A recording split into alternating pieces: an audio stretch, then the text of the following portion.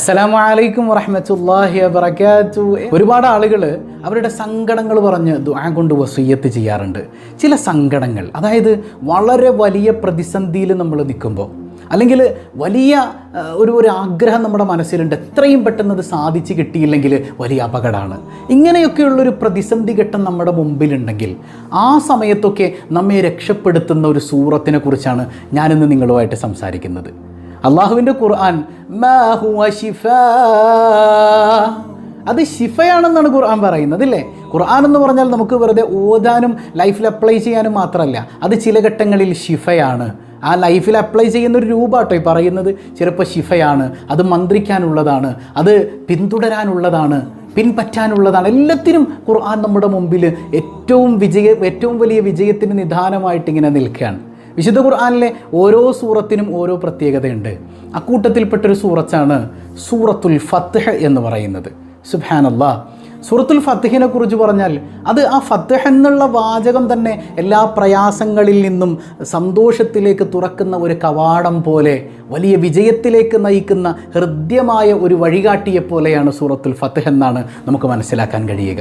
ബിസ്മില്ലാഹിർ റഹ്മാനിർ റഹീം. ഇന്നാ ഫതഹ്നാ ലക ഫത്ഹൻ മുബീനാ.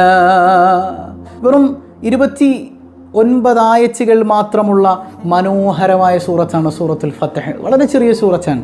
ഈ സൂറത്ത് നമുക്ക് എങ്ങനെയാണ് ജീവിതത്തിൽ പ്രാക്ടിക്കലൈസ് ചെയ്യാൻ കഴിയുക?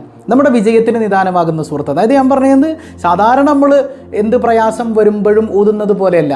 ഈ സൂറത്തിൻ്റെ ഒരു പ്രത്യേകത എന്ന് പറഞ്ഞാൽ വളരെ വലിയ പ്രയാസങ്ങൾ പോലും നിഷ്പ്രയാസം മാറ്റിത്തന്ന് നമ്മുടെ ലൈഫിൽ ഹാപ്പിനെസ് ഉണ്ടാക്കിത്തരുമെന്ന് മഹാരഥന്മാർ പഠിപ്പിച്ച സൂറത്താണ്. മഹാന്മാർ പറയുന്നുണ്ട്, ഈ സൂറത്തുൽ ഫത്ഹിൻ്റെ പ്രത്യേകതയിൽപ്പെട്ടതാണ് വളരെ പെട്ടെന്ന് പ്രയാസങ്ങൾ നീങ്ങാൻ, അതുപോലെ നമ്മൾ ആഗ്രഹിക്കുന്ന ഒരു കാര്യം വളരെ പെട്ടെന്ന് നടക്കാൻ. എങ്ങനെ?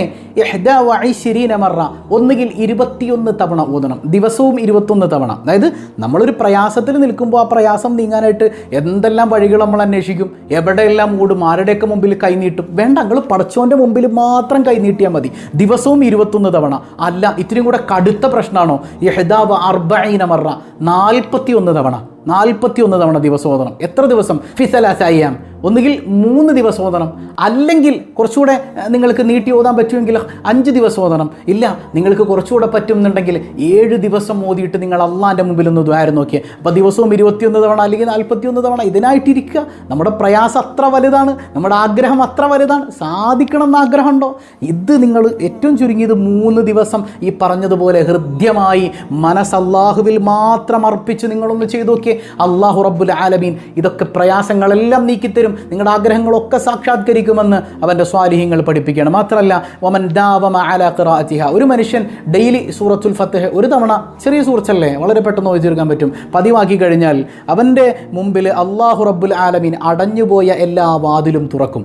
അതായത് മുട്ടിയിട്ട് തുറക്കാത്ത കുറേ വാതിലുകൾ നമ്മുടെ ജീവിതത്തിലുണ്ടാവും. അയാളുടെ അടുത്ത് പോയി നോക്കി, ആ ബാങ്കിൽ പോയി നോക്കി, അവിടെ നോക്കി, ഇവിടെ നോക്കി, ഒന്നിനൊരു കാര്യം നടക്കണില്ല. എല്ലാം നടക്കും. ഇത് പതിവായി ഓതിയാൽ മതി.